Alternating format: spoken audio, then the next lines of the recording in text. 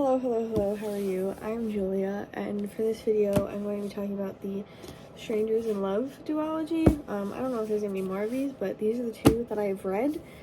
Currently, there's only two, and it doesn't look like there's going to be another one, or if there is, she hasn't announced it yet. I read these, I believe, back in November, and I tried to review them, I think, 3 times now. This is my 4th, and I just haven't been doing very well explaining them, so I'm gonna make these kind of short and sweet because since it's been 6 months, I remember very little about them, but I did enjoy these. I enjoyed the first one more than the second one, but they were good.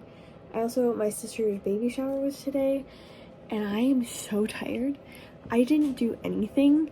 We went to Joann's for my mom's gift with my aunt, and then I got food and I went to the baby shower. I helped set up a little bit, and then I changed, and then the shower started, and I didn't do anything. I just got food and I talked to my friend. So I don't know why I'm so tired, but I am. But I was like, I'm gonna film these. My mom is gone at my sister's house putting all the baby stuff away and probably putting the crib and stuff together. So anyway, you guys probably don't care about any of that. The first one is Beauty and the Baller, and these are both by Ilse Mills. This one follows Nova and Ronan. Ronan is a ex-football player, or retired football player. He meets Nova about a year after his fiance passed away in a car crash that he was also in, where he messed up his knee.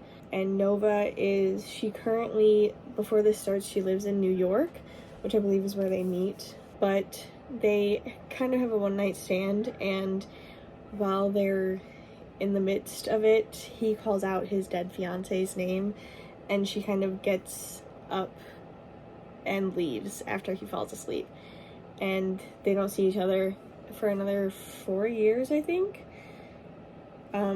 because Nova is going back to Texas to take care of her sister because her mother has passed away. And there she meets her grumpy neighbor, Ronan, and he doesn't remember her. So she's kind of like, so this is kind of like a revenge fake dating type of thing, because all of the boosters are trying to set Ronan up so that he does not leave the town, because he's the best football coach that they've had. And in this, he has a best friend. I think it's Tuck, yeah. His best friend Tuck is in this quite a bit. A lot of phone calls and stuff.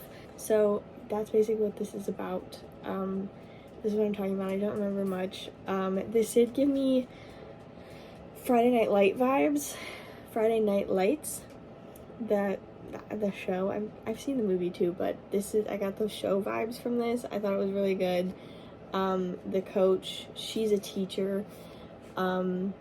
So she goes and she's like unemployed, so he helps her get a job as a teacher. I think she's an art teacher, and she basically finds this kid, like, he's kind of like introverted, isn't really doing much, and she's like, I'm gonna help you, and he's like, I don't want your help, and she's like, well, I'm gonna do it anyway.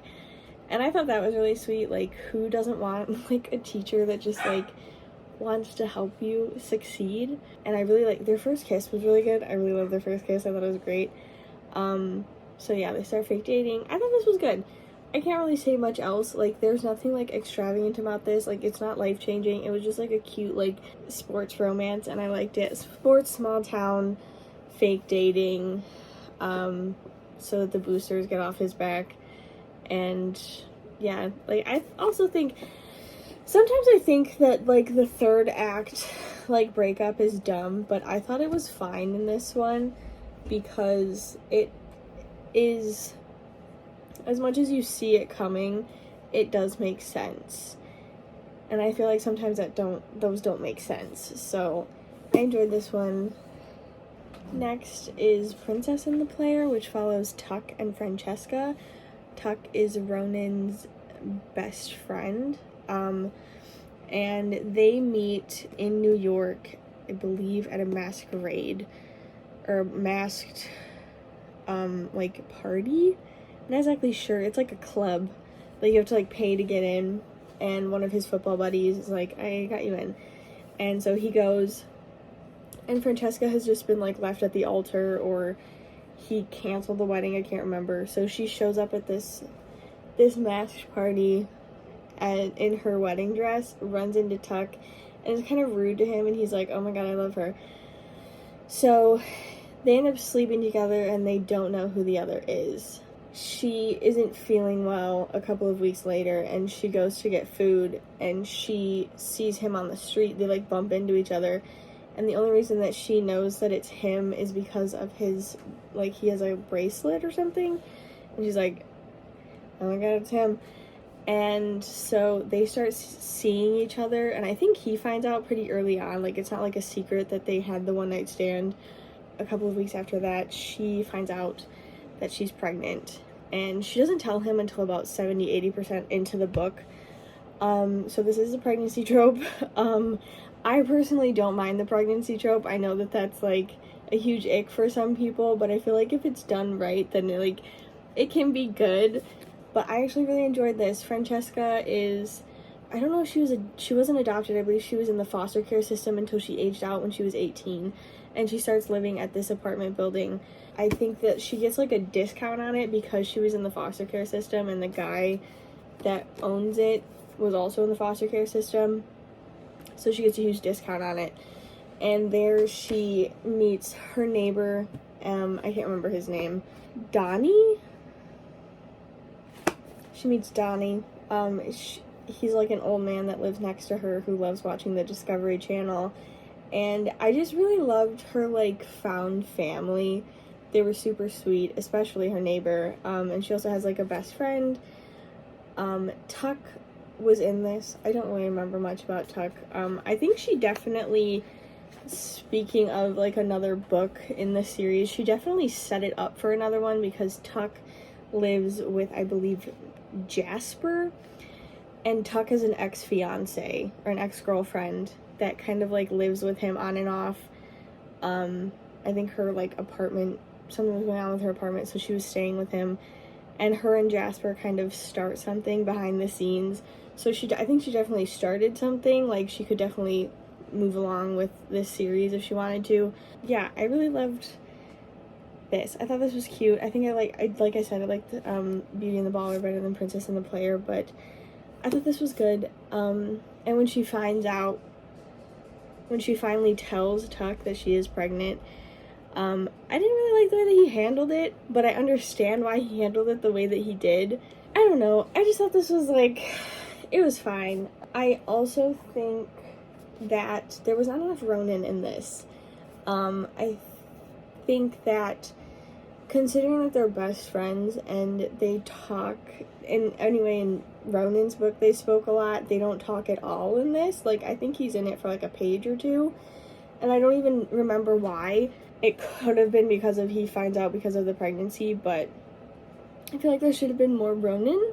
But yeah, that's basically what I thought about these. I don't know if this is good. It's probably not, but this is what I have. Again, I don't think these are, like, anything, like, extravagant or anything, but I thought they were, like, fun reads. Like, if you like them, then that's fantastic. If you don't like them, then that's okay too. Because I can understand why they're not everyone's cup of tea, especially the second one, but I personally enjoyed both. I don't know if I'll ever reread them, but I thought that they were good, and they kept my interest.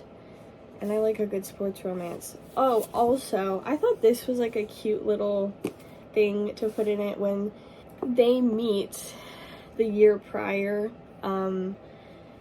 She's dressed up as Princess Leia, and he has a thing for Star Wars. And, yeah, so I liked it. I liked that they were both kind of grumpy. I thought that was sweet. And I think this was more like, these were both kind of, like, sunshiny people. Maybe Francesca wasn't as sunshiny as he was, but yeah, I like both of them. Yeah, but I think this one was better than Princess and the Player. Anyway, that's it. Thanks for watching. I hope you enjoyed.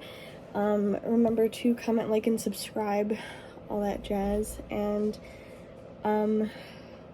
All of my social medias will be linked down below. If you would follow those, I would greatly appreciate it. And yeah, that's it. Thanks for watching. Bye.